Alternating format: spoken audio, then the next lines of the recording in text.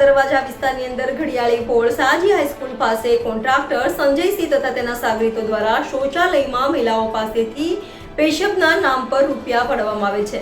જે તેના માણસોને પૂછતા કોન્ટ્રાક્ટર અમારા પાસેથી દિવસના રૂપિયા 300 લેખે લઈ જાય છે, તેથી અમે મહિલાઓ પાસેથી રૂપિયા લઈએ છીએ તથા ત્યાંની જોબ કરતી લેડીઝો પાસેથી મહિનાના રૂપિયા બાંધવામાં આવે છે। શું આખા વડોદરા શહેરના શૌચાલયમાં કૌભાંડ ચાલી રહ્યું છે તે તપાસનો વિષય છે।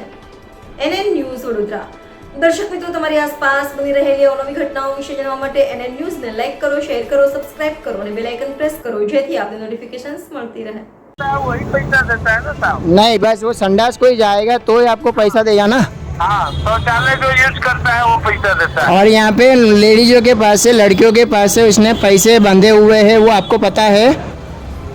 नहीं, हमको जानकारी में नहीं है। नहीं जानकारी? ये ऐसा बोल रहा है कि संजय सिंह को सब जानकारी है। नहीं, ऐसा जानकारी नहीं है। आप इधर आ सकते हो तो इंटरव्यू दे सकते हो आप।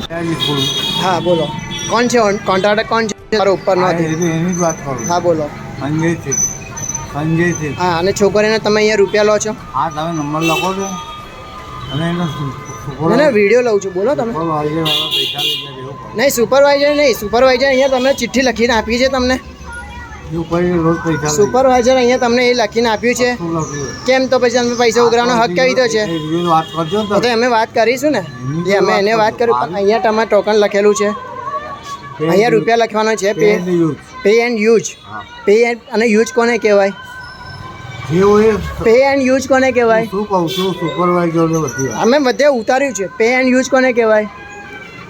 પૈસા લઈને યુઝ કરો। હા, બાથરૂમ કરો, 2 નંબર કરો તો તમે એને પે કહેવાય, અને યુઝ એટલે તમે બાથરૂમ નાહવા જાઓ તો એને યુઝ કહેવાય। મારી જોડે કઈ વાત કરો? ના, હું તમારી જોડે વાત કર